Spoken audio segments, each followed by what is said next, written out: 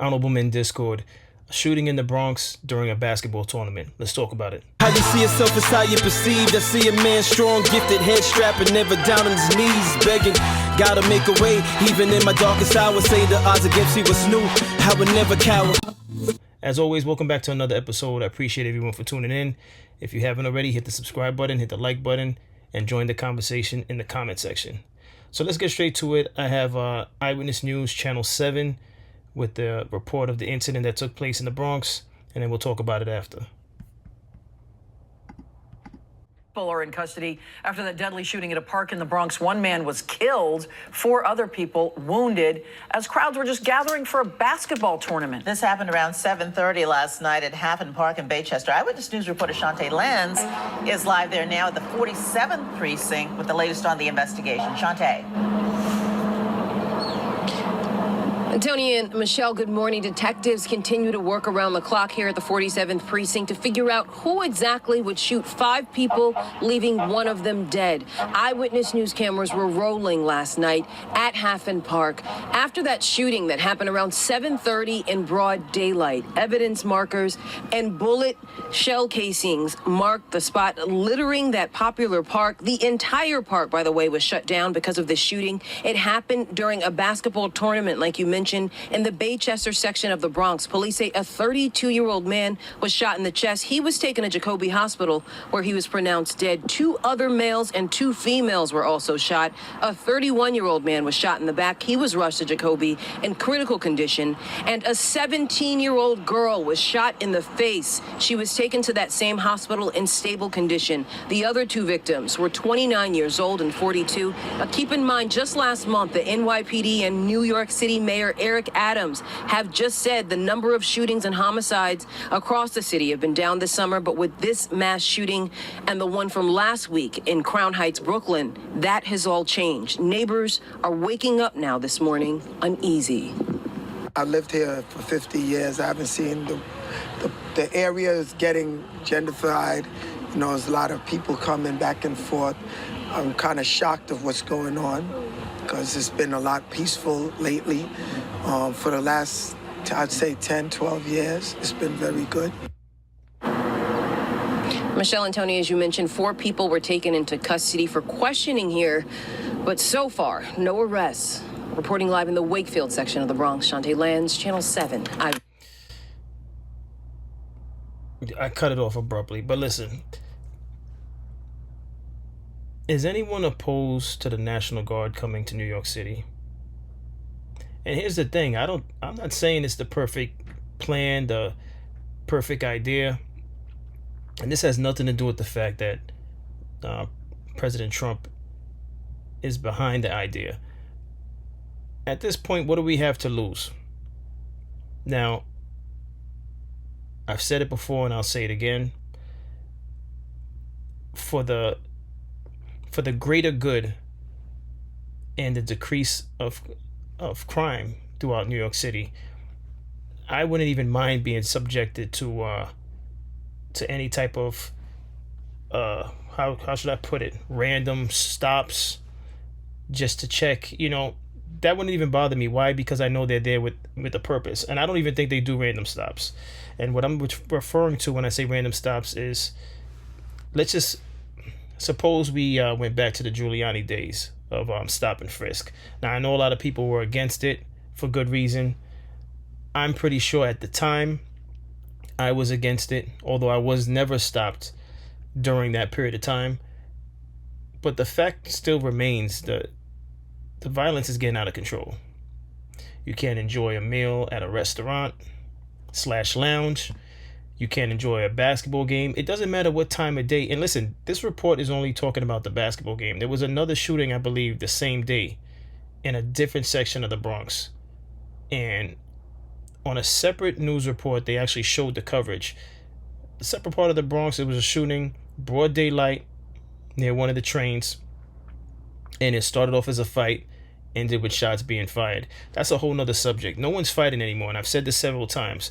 So for you viewers out there who are watching this, particularly those that live in New York City, no one's fighting anymore. It has nothing to do with whether or not you got hands. Has nothing to do with whether or not you're not afraid. It doesn't matter if you're a black belt. All those things are irrelevant. They're good. It's good to have fighting skills to protect your family, protect yourself. But don't think that when you're playing in these streets that a fight won't end with either someone pulling a knife out on you or someone pulling a gun out on you. That's just reality. That's the reality we're living in. You know, someone could tell you something different, but do yourself a favor, do your own due diligence, and watch the news. All right? It's out of control. Going back to the National Guard, I'm not opposed to it because what else are we gonna try? What's the next best option out there? And I'm gonna be straight up. The National Guard's not gonna solve everything. It's gonna work as a deterrent, which is the reason why they're out there in the first place. And it's just a temporary deterrent to see if it makes a difference. Now, it all depends on where they're stationed. Crime is going to continue no matter what, because at the end of the day, no man is omnipresent.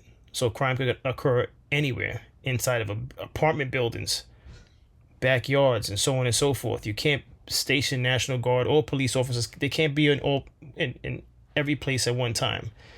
So there's nothing that's a perfect solution, but the fact remains that something has to be done.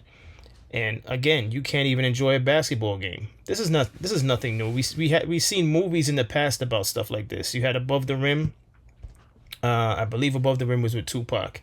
It was a fictional movie, but these type of things happen because once you're outside, you got to deal with the people that are also outside that may not have the best intentions. You could be outside trying to enjoy a barbecue, family reunion, basketball game, whether it's a tournament. It could just be you're out there with your grandchildren, you're out there with your cousin, with your friends shooting hoops, and you have nothing to do with a problem that may transpire on the basketball court, but because someone decides to pull out a gun, you're in the crossfire. You got a 17-year-old girl who got shot in the head. They say she's stable, but then another news report says she's fighting for her life. So I don't know which one it is, but at the end of the day, there's no reason why she went to a basketball tournament and she shot in the head. It's out of control. What is the solution? Again, as a law-abiding citizen, which is what I am, I'm not opposed to the National Guard coming out here. I'm really not. And anyone that's opposed to it, I just ask you, what's the solution? Because we know in various neighborhoods, especially within the black community, we have that old saying which does us no good of don't snitch. And I don't understand why everybody hangs on to that. At one point in time, I was caught up in that nonsense also, but that rule only applies for people that's living the street life. If you're not living the street life, especially if you're a man with a family to protect, children that like to go outside, there's no reason why you're hanging on to that don't snitch bullshit. And yeah, I normally don't curse on my channel, but it's bullshit. It's bullshit. Look at what's going on outside. Who's in control of the streets? No one. The streets is not even in control of the streets. It's complete lawless. There's no system in play. No, it's not organized. This is not organized crime. This is just chaos. This is just a bunch of young people that haven't lived long enough to know what they're doing. They think they know what they're doing, but they don't know what they're doing. Just a whole bunch of guns on the street, and whether or not these people are making money, I don't know if they're making money like that. I really don't care about that part of it. It's the part of there's no structure. You know, organized crime years ago had structure. You weren't just going outside shooting in public places. So gone are the days of like the mob and the mafia. And I'm not even condoning that lifestyle. But I'm just saying that to make a point. It's just lawlessness. What is the solution? And by all means, if anyone has a solution, speak on it. Any of my viewers has a solution, just put it in the comments. Put it in the comments. This is what the channel's for. Let's have a discussion. You could disagree with me about the National Guard, but then what's the solution?